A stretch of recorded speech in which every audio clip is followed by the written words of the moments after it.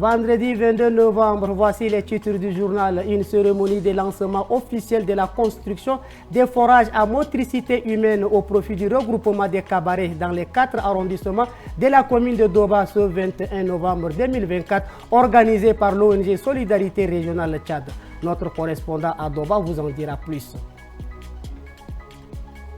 Le poisson frais se fait rare sur les marchés de la capitale, surtout en cette période de crue et de perturbations dans le lac Tchad, principale province qui dessert N'Djamena. Nous avons du mal à vendre, nous disent les commerçants. Les détails dans ce journal.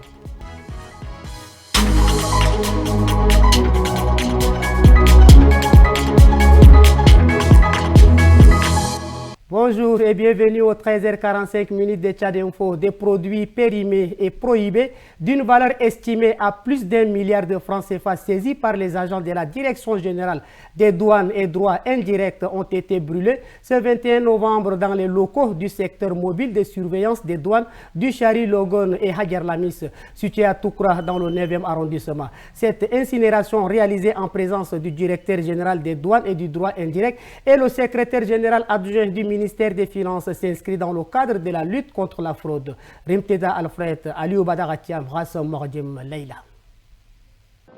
Dans le cadre de sa mission de lutte contre la fraude et la contrefaçon, le secteur mobile a saisi une quantité importante de produits non autorisés sur le territoire tchadien, ainsi que des produits dont la date de péremption était dépassée. Ce sont notamment 46 cartons de prégabalin, 16 cartons de comprimés tramadol, 13 de cyproheptadine et 150 cartons de cigarettes Time qui sont incinérés après ordonnance du président du tribunal de grande instance de N'Djamena. Je voudrais profiter de ces micros pour demander à tous les chefs des unités du Tchad, de la douane, de se conformer. Parce que les produits prohibés, les drogues, les tramol et autres ne viennent pas seulement à N'Djamena. C'est dans tous les Tchad qu'on trouve. Mais c'est à N'Djamena qu'on incinère à 4 reprises, alors qu'ailleurs on ne l'a pas encore fait. C'est qu'il y a un manquement. Je voudrais vous demander, n'est-ce pas, d'être vigilant, d'arrêter et de nous transmettre des messages. Le secrétaire général adjoint du ministère des Finances a appelé à une vigilance accrue afin de protéger la population contre ces produits qui constituent un danger pour la santé publique. Je voudrais que cette vigilance soit des plus accrues. J'encourage tout le monde sur toute la ligne et j'ai pris bonne note de la doléance du monsieur le directeur général de porter à la connaissance de l'autorité compétente, n'est-ce pas, la bravoure et surtout le courage des agents de la brigade de la répression pour qu'un satisfecit de la main des autorités compétentes leur soit aussi parvenu. C'est la 4e fois en 2024 que la Direction générale des douanes procède à une incinération de ce type dans l'objectif de décourager les auteurs de la fraude et de protéger les consommateurs tchadiens. L'ONG Solidarité Régionale Tchad organise une cérémonie de lancement officiel de construction des forages à motricité humaine au profit du regroupement des cabarets dans les 4 arrondissements de la commune de Doba ce 21 novembre 2024. C'est au quartier Gakiki, dans le 1er arrondissement de la commune de Doba, que se tient la dite cérémonie. 5 forages à motricité humaine seront construits dans chacun des 4 arrondissements de la commune de Doba, soit un total de 20 installations. Cette initiative vise à réduire les longues distances que parcourent les femmes. L'objectif est également d'améliorer l'hygiène dans le processus de préparation de cette boisson. Cette activité, nous souhaitons également étendre dans d'autres arrondissements. Ce n'est pas seulement ici. Chaque arrondissement a 5 forages. Les 5 forages, les premiers bénéficiaires, ce sont les détenteurs et les vendeurs de Bilibili. Pour Malomna Sokingar Fidel, directeur pays de l'ONG Solidarité Régionale Tchad, le choix du 1er arrondissement n'est pas anodin. C'est un quartier symbolique pour nous, car c'est ici que notre ONG a vu le jour, a-t-il expliqué. Dieu a écouté le cri de ces femmes et l'ONG Solidarité Internationale a réagi avec bravoure pour témoigner son attachement, pour témoigner sa solidarité à ces femmes.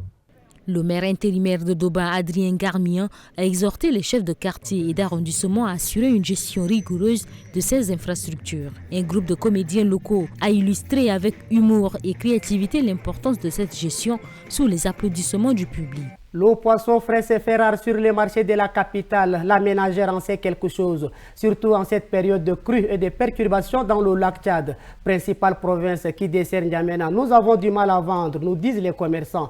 On vous téléporte au marché de Chagua dans le 7e arrondissement de N'Djamena. Fokalbo, Absolon et Ralomba et Bonaventure, nous, sous l'addiction de Ras Mordim Leila.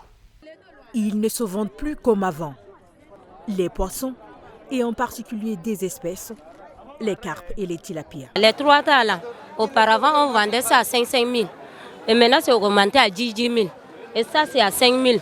Ce que vous voyez là-bas là, c'est à 20 000 francs. En temps normal, ces poissons devraient être en abondance en cette période, mais leur rareté reste difficile à expliquer. Nous-mêmes on se pose la question, on les demande que qu'est-ce qui ne va pas? Qu'est-ce qui ne va pas à ce que le poisson devient cher? Les autres disent que oh, c'est par rapport à l'autre situation de la route, que la route n'est pas bitumée. Et entre-temps, ils disent que la glace aussi, y compris la glace. Mais la glace, là, c'est déjà diminué. La route même, c'est déjà bitumé. Cher et rare, les consommateurs, eux, s'adaptent. Aujourd'hui, nous avons le tas de 5 000 qui était auparavant à 2 500, 3 000 francs. Donc, c'est vraiment compliqué. Mais on est obligé de, je ne sais pas, de payer selon la quantité et de gérer comme on peut, en tout cas. Si les carpes et les tilapias deviennent inaccessibles, les autres poissons, eux, s'arrachent à prix d'or. Le ministère de la Santé publique, à travers la direction de la vaccination et avec l'appui de ses partenaires, a procédé ce jeudi au lancement officiel de la campagne de vaccination contre la poliomyélite, couplée à l'administration de la vitamine A. La cérémonie s'est tenue au centre de santé de Diguel-Est, dans le 8e arrondissement de N'Djamena. Reportage d'Emedolina Sou et Abakar Lambert.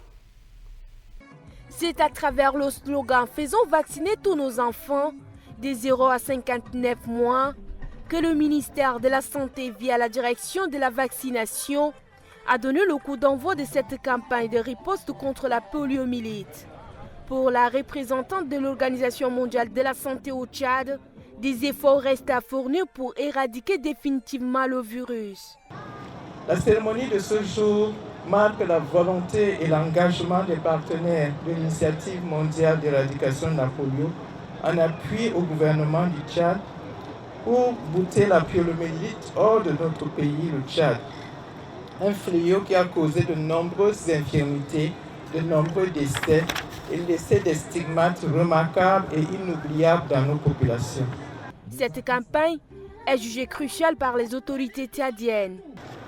Il est de notre devoir de protéger le Tchad contre la poliomyélite en veillant à ce que nos enfants de moins de 5 ans reçoivent le vaccin antipoliomyélitique chaque fois qu'il est offert. J'encourage tous les parents à faire de la vaccination de leurs enfants une priorité absolue dans la lutte contre la poliomyélite. La campagne se déroulera du 22 au 25 novembre 2024 sur l'ensemble du territoire national. Revue internationale pour conclure, ne manquez pas notre récapitulatif des actualités internationales Sierra Somordim Leila. Au Kenya, William Ruto dément les accusations d'enlèvement et disparition forcée qui seraient perpétrées par la police et les services de renseignement.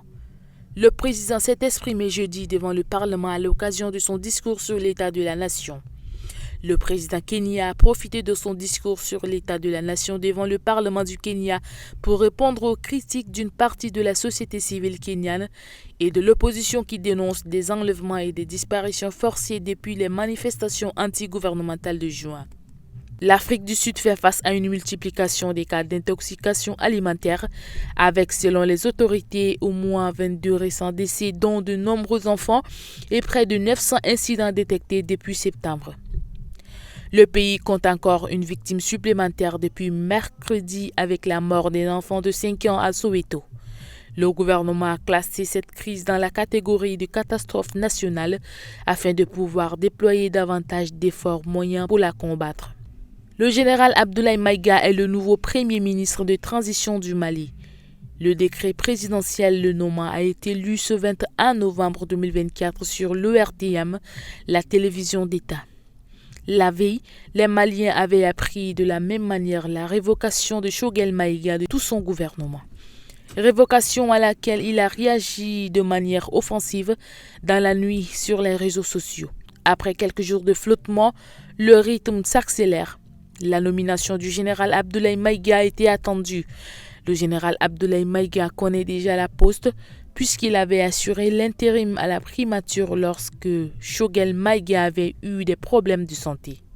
C'est tout pour ce journal d'information. Merci pour votre fidélité. Tchad Info, restez informés en continu.